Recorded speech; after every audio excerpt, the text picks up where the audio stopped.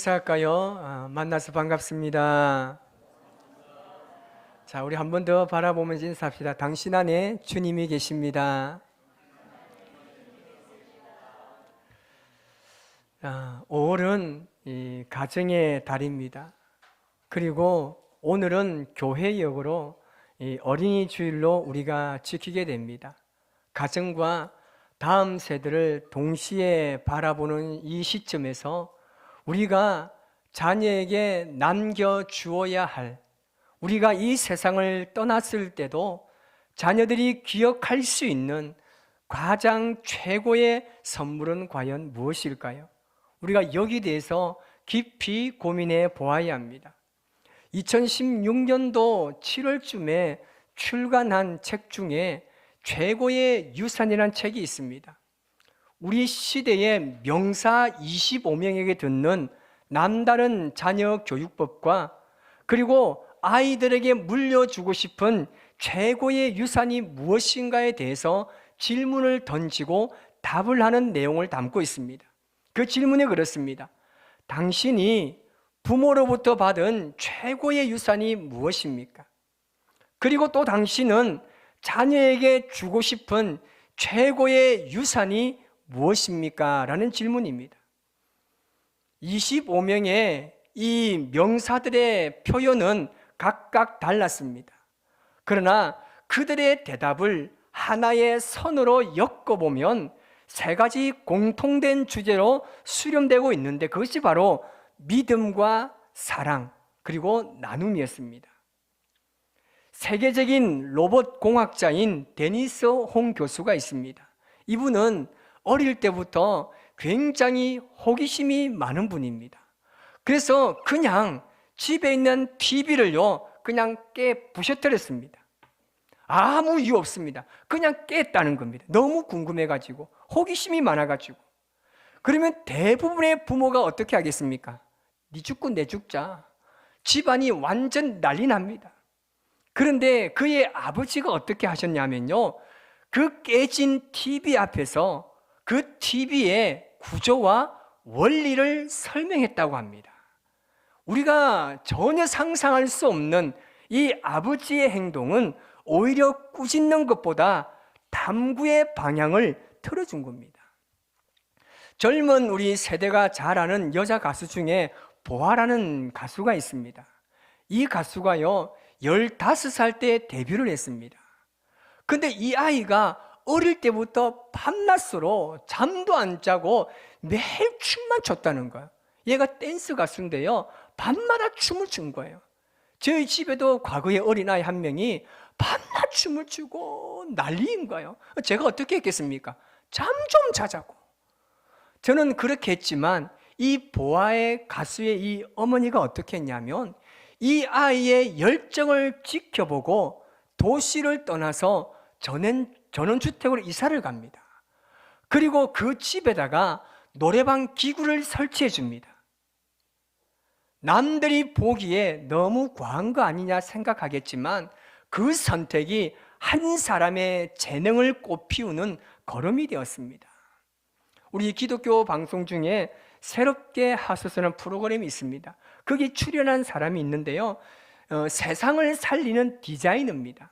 이 사람이 카이스트 이 대학의 이 배상민 교수라는 사람인데요 이 사람은 어릴 때부터 어머니가 25년 동안 호스피스에서 봉사하는 것을 보고 자랐습니다. 그리고 아버지는 묵묵하게 없는 그 가정에서 남들을 도우는 모습을 계속 보고 자랐던 겁니다. 이제 그가 성장해서 이 디자인을 통해서 이름이 나고 유명해지다 보니까 이 사람의 앞으로 꿈이 뭐냐면 내가 이 디자인을 통해서 사람을 구하는 일을 하겠다고 결심합니다. 자녀의 가능성을 믿어준 어머니의 시선과 사랑이 있었기 때문에 가능한 일입니다. 여러분 이러한 이야기는요 누군가의 전설이 아니라 실제적인 삶입니다. 그래서 한 사람의 삶에는 누군가의 믿음이 필요하다는 것을 증명해주는 증언인들입니다. 여러분 우리 하나님은 사랑의 하나님인 줄 믿습니다. 그런데 우리가 너무나 당연하다고 생각하고 너무나 많이 들었던 말이기 때문에 그냥 지나칠 수 있지만, 우리 하나님께서는 우리를 사랑하실 때 가장 행복해 하십니다. 모든 것을 다 내어준다 해도 아깝지 않고 바꿀 수 없는 그 사랑으로 우리를 사랑해 주셨습니다. 그러므로 우리도 누군가를 사랑할 때 정말 행복한 인생을 살아야 하는 겁니다. 그런데 이 사랑은요, 에리 프롬에 의하면 그가 이렇게 이야기합니다. 사랑은 이해하는 것이 아니라 이해하려고 노력하는 것이다라고 이야기합니다.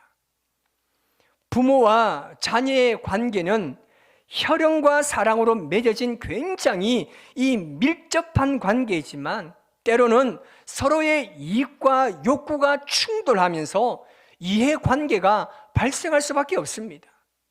자녀의 입장에서 부모는 어떻습니까? 경제적인 지원을 해줘야 되고, 나를 교육시켜야 되고, 정서적으로 지원해주는 등 그것을 바라볼 수 있습니다.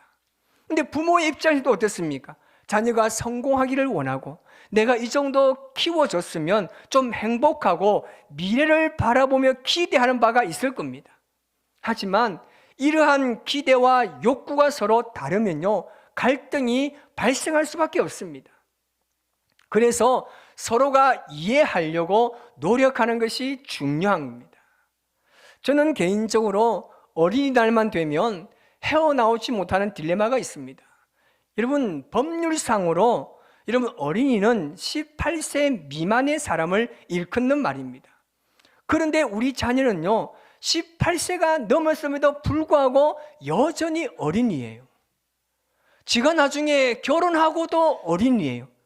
이 도저히 해석이 안 되는 이런 아이러니한 상황에 참 고민이 많습니다. 그런데 이 어린이날만 되면 어른들의 얼굴은요, 생각 외로 밝습니다. 우리가 과거 어릴 때 아이들을요, 항상 그렇게 생각했습니다. 뭐 하나 사주면 뭘 좋아할까? 어디 소풍 가고 아니면 뭐 놀이동산 가면 뭔가 좀 좋아하고 좀 기분이 좋을까? 이렇게 생각했다라면 지금은요, 그 수준은 훨씬 넘었습니다. 때로는 감당되지 않는 것도 요구할 때도 있고요, 정말 필요한 것을 해주지 않으면 이 선물 자체를 싫어하게 되어 있습니다. 그래서 부모 입장에서는요, 굉장히 많은 고민이 들 수밖에 없습니다. 자, 그렇다면 어린이들은 과연 이 어린이주의를 어떻게 생각할까요? 한 설문조사에 따르면 어린이가 한 50% 이상이요, 어린이날을 그냥 즐겁게 노는 날이라고 대답했습니다. 어린이는요, 복잡하게 따지지 않습니다. 그냥 신나게 놀 수 있으면 되는 거예요. 우리가 지켜볼 때 아이들이 노는 모습 한번 보십시오. 노는 거요, 별거 없어요. 그냥 위에서 뭐 하나 탁 던지면요, 얼마나 좋아하는지 몰라요. 그게 뭐라고? 말 그대로 아이들은요, 정직하고 솔직하고 정말 순수함 그 자체입니다. 우리가 밖에 나가보면 정말 한 3살짜리, 4살짜리 아이들 보면요, 얼마나 좋은지 몰라요. 제 애가 아닌데도요, 이 아이를 보면요, 너무나 좋아요. 그래서 한번 생각해 봅니다. 내가 우리 아이가 저만 했을 때 다시 한번 돌아가면 어떨까? 안아주고 던져주고, 지금은 들 수도 없지만 정말 그 날을 생각하면요, 너무 좋아요. 그냥 행복합니다. 아이들은요, 별거 없습니다. 그냥 던져주면 좋아합니다. 순수하다는 거죠. 그래서 예수님께서 그런 어린아이를 향해서 뭐라고 말씀하십니까? 하나님의 나라가 이런 자의 것이니라 라고 말씀합니다. 이런 자들은요, 어떤 자들입니까? 사실 이 말씀은요, 어린이들만 두고 하시는 말씀이 아니라 어린이와 같은 존재 방식으로 살아가는 사람들을 말하는 겁니다. 여러분, 어린아이들은요, 어떤 권리를 주장하지 않습니다. 스스로 생존할 수 있는 능력도 없습니다. 그 존재 자체가 철저하게 수동적이고 의존적입니다. 그리고 수용적입니다. 하나님을 의지할 수밖에 없는 존재의 사람들을 말하는 겁니다. 오늘날 우리 사회는요, 되는 사람, 이기는 사람, 자기 몫을 잘 챙기는 사람을 이상화합니다. 그러나 예수님의 시선은요, 이 사회적 서열을요, 완전히 뒤집었습니다. 어린아이는요, 가장 아래 정말 가장 느린 자들입니다. 아무것도 이루는 것이 없고 설명할 언어조차 빈약한 존재입니다. 이런 존재는요, 자기 의로움에 기대지 않기 때문에 전적으로 하나님의 은혜를 신뢰할 수밖에 없는 존재들입니다. 이것은 인간이 하나님의 나라를 어떤 공로로 소유할 수 없다는 사실을 급진적으로 드러내는 복음의 핵심인 겁니다. 하나님의 나라는 힘센 자, 똑똑한 자, 스스로 설 수 있는 자의 것이 아니라 철저히 은혜를 받아야만 살아갈 수 있는 자의 것이라는 말씀입니다. 오늘날 한국 교회는 다음 세대를 외칩니다. 다음 세대를 살려야 한다고 외칩니다. 하지만 정말 그들에게 관심을 가지고 사랑을 실천하고 있습니까? 냉정하게 말해서 아니라고 생각합니다. 관심은 있지만 사랑은 적습니다. 말한 대로 지키지 않고 행동하지 않습니다. 왜요? 아이들은 어떤 반박을 할 수 있는 존재가 아니기 때문입니다. 많은 교회가 다음 세대 교회 그 예산의 가장 마지막 순서에 밀려 있습니다. 오늘 포항 우리 교회는 어떻습니까? 저는 우리 교회가 어린이에게 많은 관심을 가지고 있다는 사실 자체에서 비전을 보았습니다. 과거에 우리 아이들 중에 별난 아이들이 많았잖아요. 예배 시간에 의자를 뛰어넘고 그런 아이들도 있었습니다. 어떤 분은 아이들이 예배 시간에 와가지고 좀 뛰어다니지 않았으면 좋겠다 하고 소리도 좀 지르지 않았으면 좋겠다고 말씀하십니다. 하지만 저는 그 말 속에서 살아있는 교회의 가능성을 보았습니다. 다음 세대가 무너지면요, 교회가 무너지는 것은요, 시간 문제입니다. 여러분, 우리만 괜찮다고 괜찮나요? 아닙니다. 유럽의 교회들이 텅 빈 이유가 뭡니까? 단순히 전도를 하지 않았기 때문이 아니라 다음 세대를 놓쳤기 때문입니다. 지금 우리 교회가 다음 세대를 위해서 우리 전도사님들과 우리 교사 선생님들요, 얼마나 노력하는지 모릅니다. 학교에 전도하러 가가지고요, 쫓겨나와요. 오지 마세요. 아이들에게 선물 주면요, 그 선물을 아이들 너무나 기뻐해요. 선물이니까 좋아합니다. 이 아이들이 집에 가지고 가면 엄마들은요, 학교에 민원을 넣습니다. 그래 지금 학교에 전도하러 가지 못하는 상황이 발생했습니다. 근데 교회가요, 그리 할 수 있습니까? 그러나 끊임없이 교회는 이 다음 세대들이 살 수만 있다면 우리의 힘과 할 수 있는 모든 능력을 동원해서 이 아이들을 전도하고 이 아이들을 말씀으로 훈련시켜야 합니다. 우리 교회에 별난이 많습니다. 제가 어떤 날 보니까 화장실에 가보니까요, 이만하게 막 뭡니까 그 헌금 봉투가요 막 변기 안에 있는 거예요. 야, 얼마나 내가 그걸 보고 마음이 아팠는지요. 이 아이들이 헌금 봉투를 이 화장실에 버렸네. 이름 적혀 있는 거 봤습니다. 제가 누군지 압니다. 제가 달려가가지고 잡아가지고 창고 들어가가지고 쥐어 팰라다가 그렇게는 하지 못하고 그냥 묵묵히 이 아이 이름 한번 부르며 기도 한마디 하고 돌아왔습니다. 여러분, 이렇게 보면요, 이 아이들이 도대체 교회의 미래가 되겠습니까? 우리는 안 된다고 생각하지만 하나님이 하시면 됩니다. 오늘 말씀을 보면요, 제자들을 보면요, 예수님께 아이들을 데려오는 사람들을 꾸짖습니다. 이 장면에서 보면 제자들은요, 아이들이 아니라 아이들을 데려오는 사람들을 꾸짖습니다. 왜 아이들을 데려오느냐는 겁니다. 다시 말하면 제자들이 생각하는 아이들은 예수님의 중요한 사역의 방해꾼이라고 지금 생각하는 겁니다. 제자들의 시선 속에서 어린아이는 단지 그냥 귀찮은 존재였습니다. 어른들이 중요한 얘기하고 있는데 끼어들고 분위기 깨는 그런 어린아이들로만 생각하고 말았습니다. 그러나 예수님의 반응은 어땠습니까? 14절 앞부분에 이렇게 이야기합니다. 예수께서 보시고 노하시어 이르시되 라고 말씀합니다. 예수님은 단순히 실망하거나 속상한 게 아닙니다. 노하셨다는 말입니다. 분개하고 화냈다는 말씀입니다. 그만큼 제자들의 시선이 예수님의 뜻과 어긋났다는 겁니다. 예수님께서 이어서 이렇게 말씀하십니다. 어린아이들이 내게로 오는 것을 용납하고 금하지 말라. 하나님의 나라가 이런 자의 것이니라. 아멘.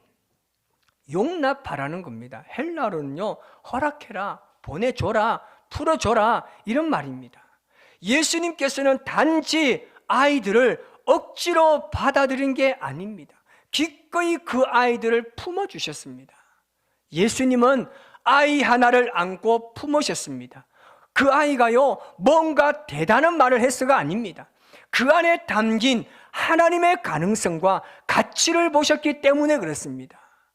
과학자 토마스 에디슨은요, 초등학교 때 전응아로 낙인 찍혀서 퇴학당했습니다. 하지만 그의 어머니 낸시가 이렇게 말했습니다. 우리 아이는 전응아가 아닙니다. 다른 아이들과 조금 다를 뿐입니다라고 이야기합니다. 이 말이 위대한 발명의 시작이 되었습니다. 누가 어린아이를 어떻게 바라보느냐에 따라서 아이의 미래는 바뀝니다. 하나님께서 우리에게 맡기신 어린아이 한 명 한 명을 거룩한 하나님의 유산으로 바라보시기를 바랍니다. 이제 우리의 생각이 전환이 필요합니다. 어린이는 우리의 소유가 아니라 하나님의 선물입니다. 우리의 사고를 바꿔야 합니다. 어린이는 우리가 통제할 존재가 아니라 하나님께서 우리에게 맡겨주신 선물이야. 그리고 품어야 할 존재임을 믿습니다. 우리 너무나 쉽게 이 아이는 도대체 왜 이렇게 말을 안 들어?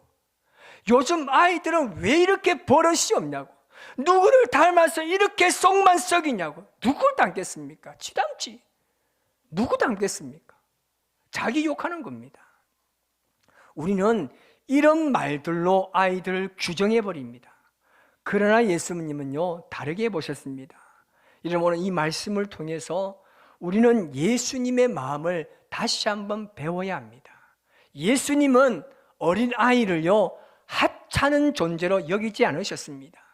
오히려 하나님의 나라를 소유한 존재로 보셨습니다. 하나님의 나라는요, 강한 자들의 경쟁 문제가 아니라 약한 자들이 안식할 수 있는 품입니다.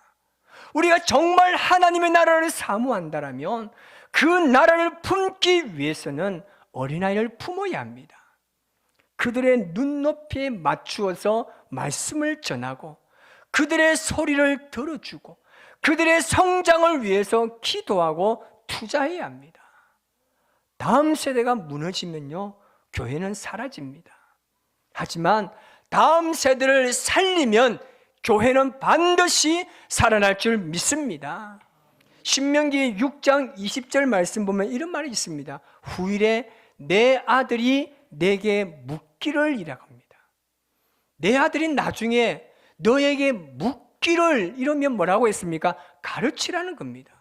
이런 자녀가요, 왜 묻겠습니까? 왜 자녀가 부모에 향해서 묻겠습니까? 부모에게 부모의 삶을 통해서 그가 감동받은 것이 있기 때문에 그렇습니다. 우리 아버지는 좀 뭔가 다르구나, 다른 아버지들과 생각도 다르고 너무 다르구나, 우리 아버지는 왜 이렇게 우리 집안이 부유하지도 않은데 왜 저렇게 편안하게 살지? 왜 우리 어머니는 저렇게 매일매일 기쁨이 충만하지? 그래서 부모에게 궁금해서 물어보는 거예요.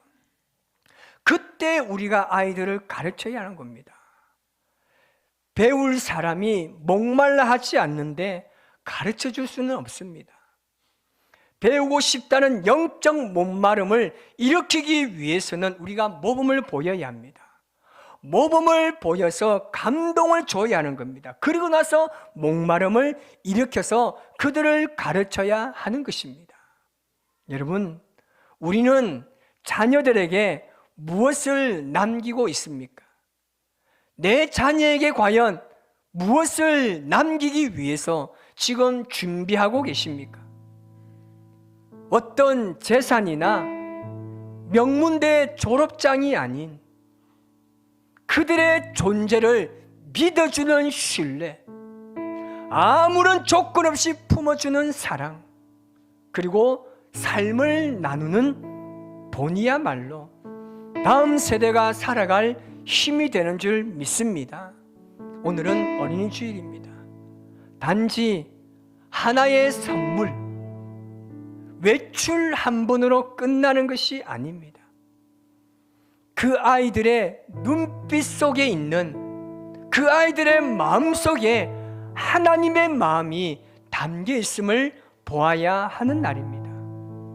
우리가 그 마음을 제대로 품고 살아간다면 우리 다음 세대들은 분명히 하나님 나라의 주역으로 잘 자랄 줄 믿습니다.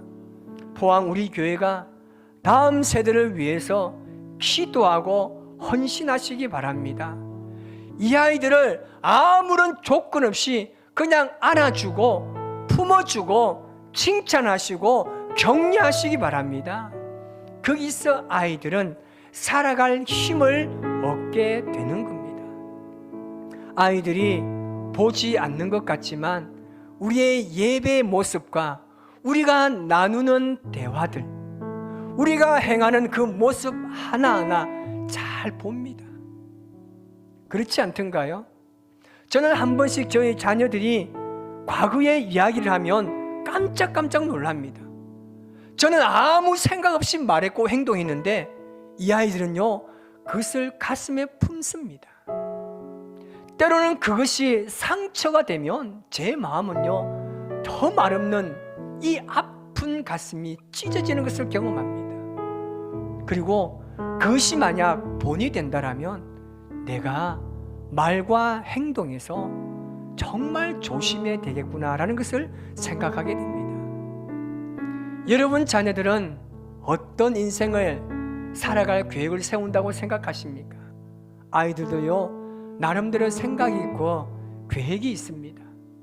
거기에 부모들은요, 하나님의 말씀으로 방향만 잘 잡아주면 됩니다. 그러면 이 아이들은요, 때로는 많은 것을 돌아다니고 돌아온다 할지라도 반드시 하나님의 품을 잊지 않습니다. 여러분이 새벽마다 나와서 조용히 기도하는 그 기도의 내용들이 우리 아이들을 살린다는 것을 반드시 기억하십시오.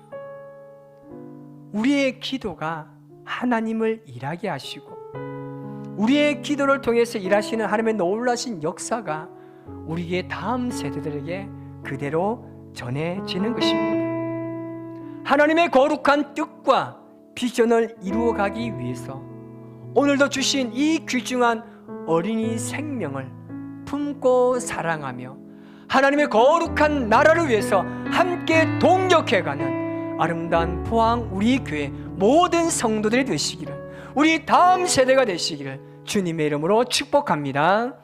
기도하겠습니다.